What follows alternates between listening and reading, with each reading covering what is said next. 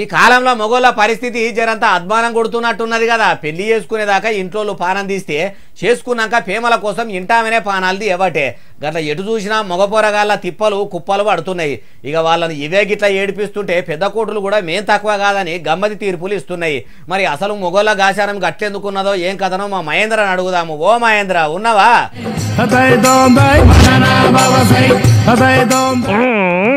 ఎవరది?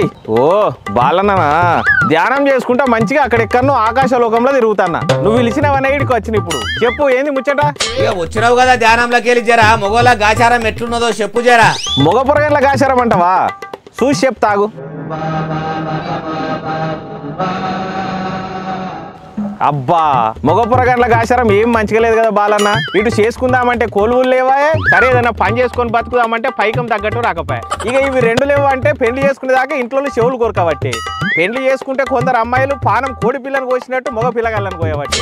ఇక ఒక అమ్మాయి అయితే లవర్ కోసం వాళ్ళ అమ్మనే చంపే. గట్లు ఉన్నది వాళ్ళ కథ. ఇక ఇవే ఇంటి బాధలు ఇట్టున్నాయి చూడు అని అంటే, ఇక మొన్న పెద్ద కోర్టు ఏం చెప్పింది ఎరికేనా? ఇంటే పరేషాన్ అవుతావు. అందులో ఆలు మొగలు విడాకులు తీసుకున్నారనుకో, అందులో ఆడపిల్లకు గవర్నమెంట్ జాబ్ ఉన్నా, సర్కార్ నౌకరున్నా, ఏది ఉన్నా, పైసలున్నా, పబ్బం ఉన్నా, మళ్ళా మొగోడిని పైకమి అన్నట. కోర్టు బల్ల గుద్ది చెప్పింది తీర్పు. ఇక యాడిగోమంటావు చెప్పు మొగోళ్ళను? ఇట్లా ఆడోళ్ళకే కొన్ని చట్టాలు కూడా సుట్టమవుతున్నాయి అని అంటున్నారు అందరూ. మొగోళ్ళ గాచారం గిట్లా మంచిగా లేదు. చేసుకుంటే పెళ్లి బాధ, చేసుకోకపోతే ఈ బాధ, ఈడాకులు అయితే కూడా ఆ బాధ. ఇక మరి మగ పొరగండ్ల గాచారం ఏం చెప్పమంటావు చెప్పు? గిట్లున్నది అసలు ముచ్చట. ఇక నా మనసు అయితే మస్తు బాధ అవుతుంది. నేను మళ్ళా జరసేపు ధ్యానం చేసుకుంటా పోతన్నా. చేసుకో మంచి ముచ్చటే చెప్పినావు. రేపటి మళ్ళా మాట్లాడిస్తా.